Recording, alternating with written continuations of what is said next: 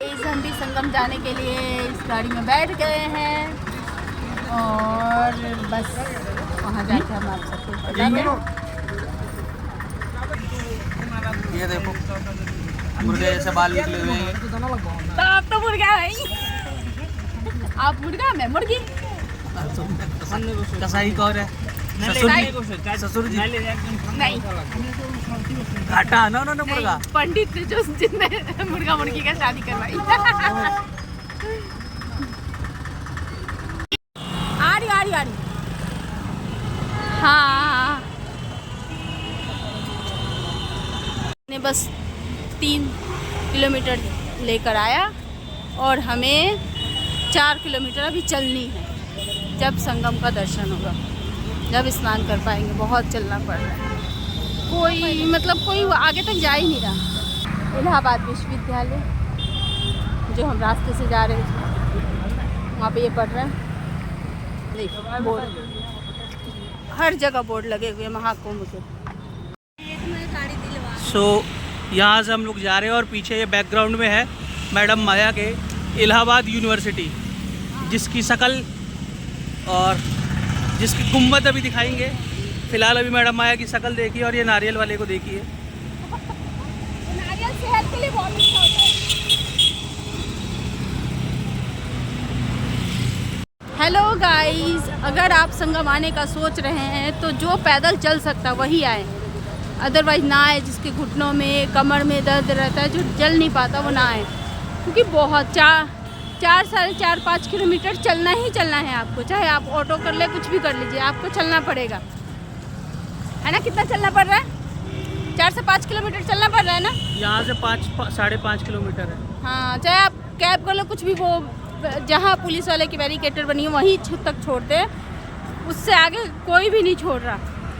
और जो पैदल नहीं चल पाता वो बिल्कुल ना आए, क्योंकि पैदल चलना बहुत मुश्किल है। जिनके जोड़ों में कमर में दर्द रहता है। ये डुग्गू, ये लो, हमें पैदल चलना पड़ रहा है।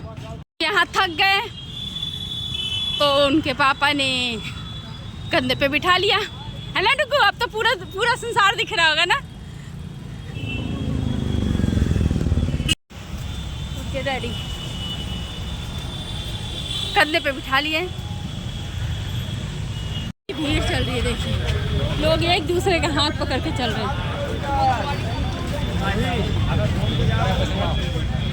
आगे तक थोड़ा थक गए थे तो हम रेस्ट कर रहे हैं।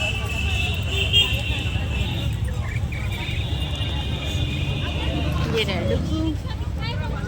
डुग्गू तो गिर गए, है ना डुग्गू।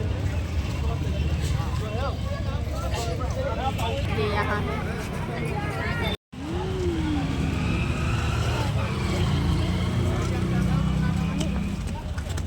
चले हाँ, चींटी की तरह दिख रहे हैं।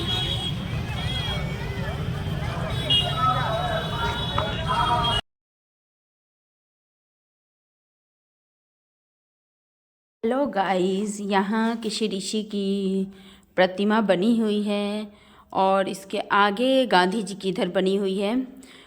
मैं दूर हूँ इसलिए देख नहीं पा रही कि किस बाबा की, ऋषि मुनि की प्रतिमा बनी हुई है। इधर गांधी जी की बनी हुई है। और यहाँ ये जो आप भीड़ देख रहे हैं और मेरे बाबू को पति देव जी ने कंधे पे बिठा रखा है, ये कम से कम 2 घंटे तक भीड़ थी। ये 9 तारीख का सीन है। हम 8 तारीख को गए थे, 8 तारीख को लेट हो गई तो हम नहीं पहुँच पाए। 9 तारीख इतनी भीड़ अब जाके 2 घंटे के बाद थोड़ी सी खुली।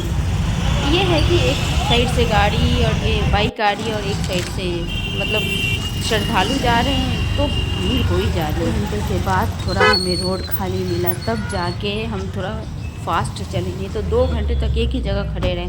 और इतनी गर्मी, इतनी, अगर आप सरवाइव कर सकते हैं धूप गर्मी ये सब, तभी आप आए। नहीं तो भाई अभी कोई नो व्हीकल जोन कर रखा है। बहुत दूर गाड़ी उतार देती है और हमें बहुत दिक्कत होती है। अब यहाँ हम बहुत ज़्यादा थक गए तो हमने थोड़ा सा सोचा चाय बिस्किट हमने खाया।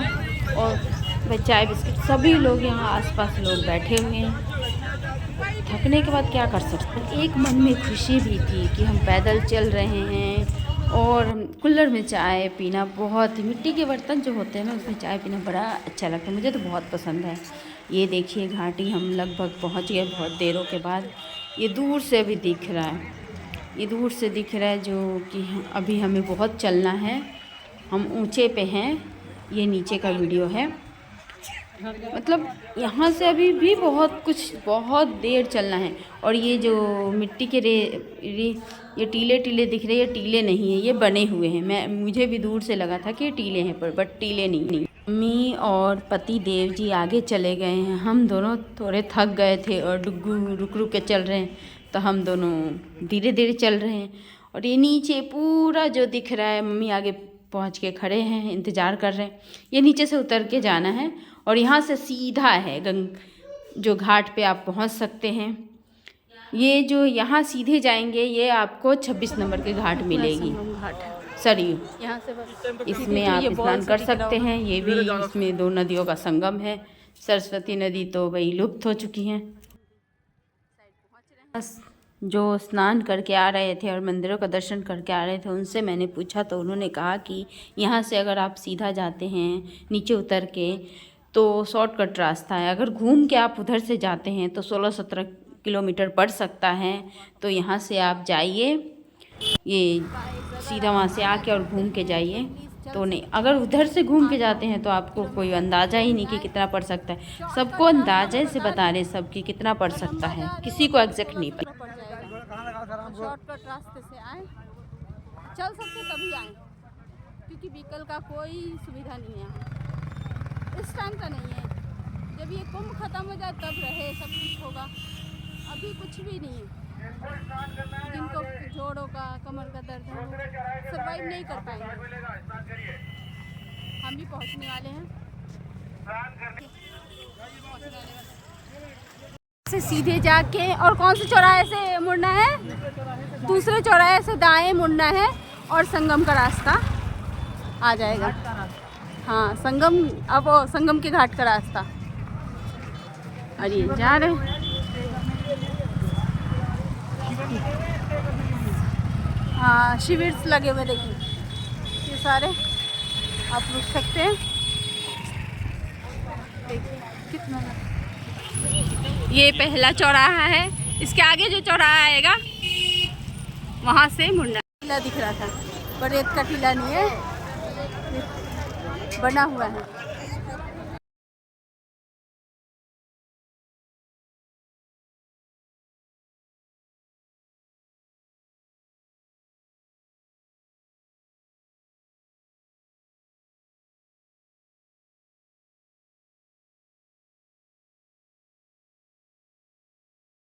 यहाँ कुंभ 2024 का ये लगा हुआ है और ये बहुत ही सुंदर, पास से बिल्कुल मेरे को बहुत ही प्यारा लग रहा था, इसलिए मैंने इसकी वीडियो ले ली। देखिए कितना प्यारा लग रहा है, अच्छा बना हुआ है, मुझे तो देख के बहुत खुशी हुई। लोगों को लाइन में लगा रखें ताकि भीड़ कम हो। व्यवस्था बहुत अच्छी की है, सारे कांस्टेबल जो पुलिस वाले हैं वो आपके लिए ऑलवेज तैयार रह रहे हैं, चाहे छोटी से छोटी बात या बड़ी सी बड़ी बात के लिए, पर जनता उनसे बोले, इंतज़ार करे। यहाँ टैटू और मेहंदी की शॉप लगे हुए हैं, लोग लगवा भी रहे हैं, बैंगल्स, मतलब जिस रास्ते से जा रहे थे उसी रास्ते पे ये सारा बना हुआ है। मेले में अभी हम गए नहीं और मेला तो बहुत भीड़ है, इसलिए अभी तक हम गए भी नहीं है। पहले स्नान करेंगे, देखेंगे मेला, जा सकेंगे तो जाएंगे, क्योंकि इतना ज़्यादा तो पैदल हमसे चला नहीं जाएगा और हमारे बेबी भी है। बहुत अच्छा इंतजाम किया गया, ये सारी दुकानें बनी हुई है, ये टीले की तरह दिख रहा है दूर से। शरारतें देखिए कैसे शरारत कर रहे हैं। ये 100 का बैग है, अच्छे हैं। चुन्नी कितने की है?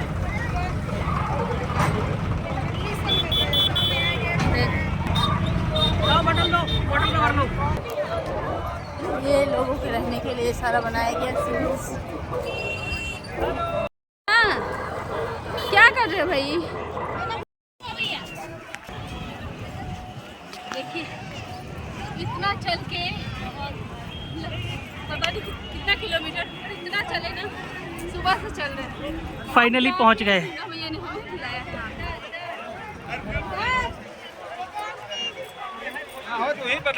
हम आ गए।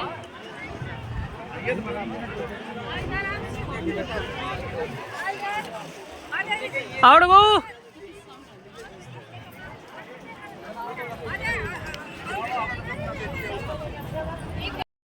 मेरे बाबू बहुत भाग्यशाली हैं कि उन्हें कुंभ नहाने को मिला, और इतने छोटे एज में ही, हम तो इतने बड़े हो गए हमें कुंभ नहीं मिला। और मैं अपने आप को बहुत भाग्यशाली समझती हूँ कि अपने बच्चे, पति, सासू माँ के साथ महाकुंभ जा सकी। मैं अपनी लाइफ को ना सच में बहुत भाग्यशाली समझती हूँ। कितनी बार गंगा मैया को जय करूँ वो बहुत कम है। वो सबसे पहले मेरे बाबू ने नहाया, अब पति देव जी की बारी। बाबू के नहाने के बाद पति देव जी भी स्नान कर लिए और जल अर्पण कर लिए। तब बहुत दिनों से और बेसब्री से बहुत इंतज़ार कर रही थी कि मुझे भी कुंभ नहाने का मौका मिले। वो कल आ गया और मुझे मन ही बहुत ही हर्ष उल्लास, बहुत ही खुशी मिल रही थी, मैं बता नहीं सकती। और जितनी बार गंगा मैया को थैंक यू बोलूँ, भोले बाबा को थैंक यू बोलूँ, आराम से मैडम माया। और मैं अपने आप को बहुत भाग्यशाली समझती हूँ कि फोन खराब हो जाएगा, पानी मिल जाएगा, स्नान कर पाई। और कैसा लगा सूरज दादा के उसमें गंगा घाट पे? अरे सच में पैरों में बहुत आनंद मिल रहा है ना। मैं कहीं कह रहा था गंगा जी के पानी में सारा दर्द, सारा कलेश सब दूर हो जाएगा। लो डुबकी लो। हाँ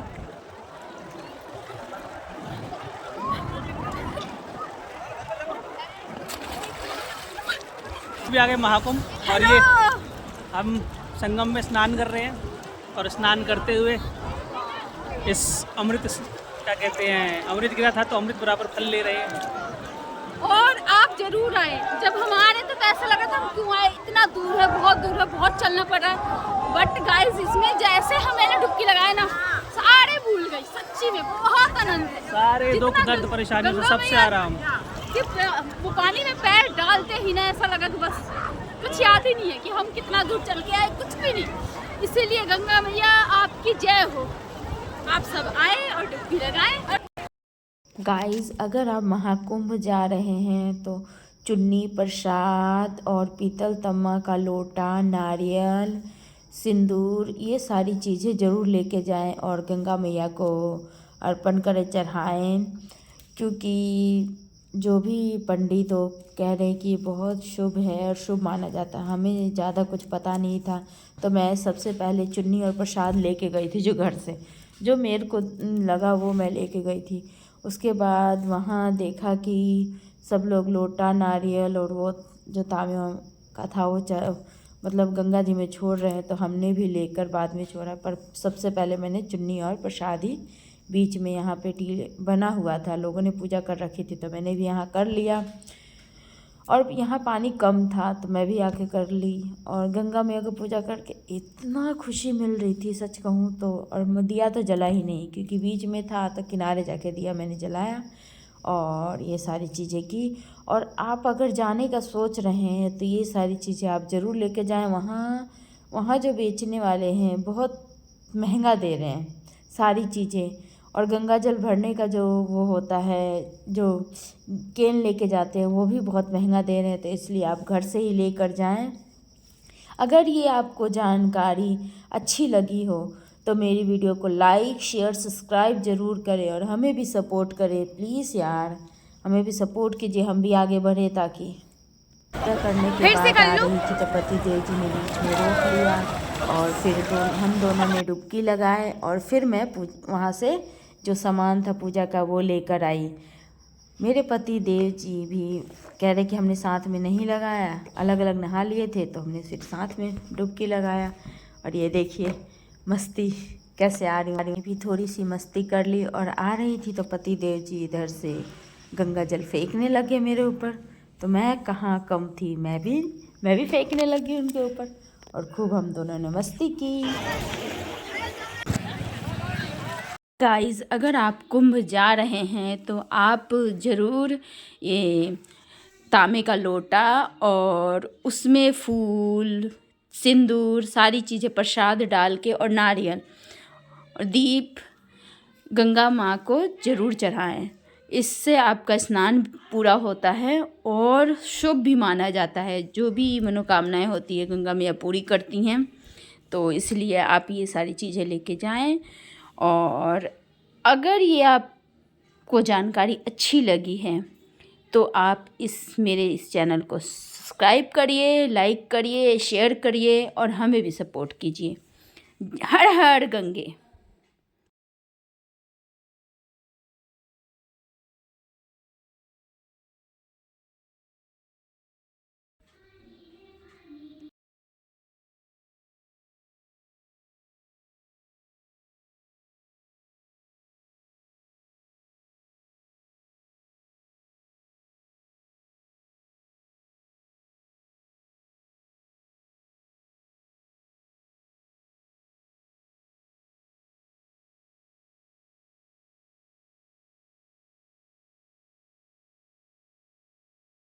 अगर और कुछ आपको पता है कि और भी कोई चीज़ दान की जाती है तो आप कमेंट में ज़रूर बताएं।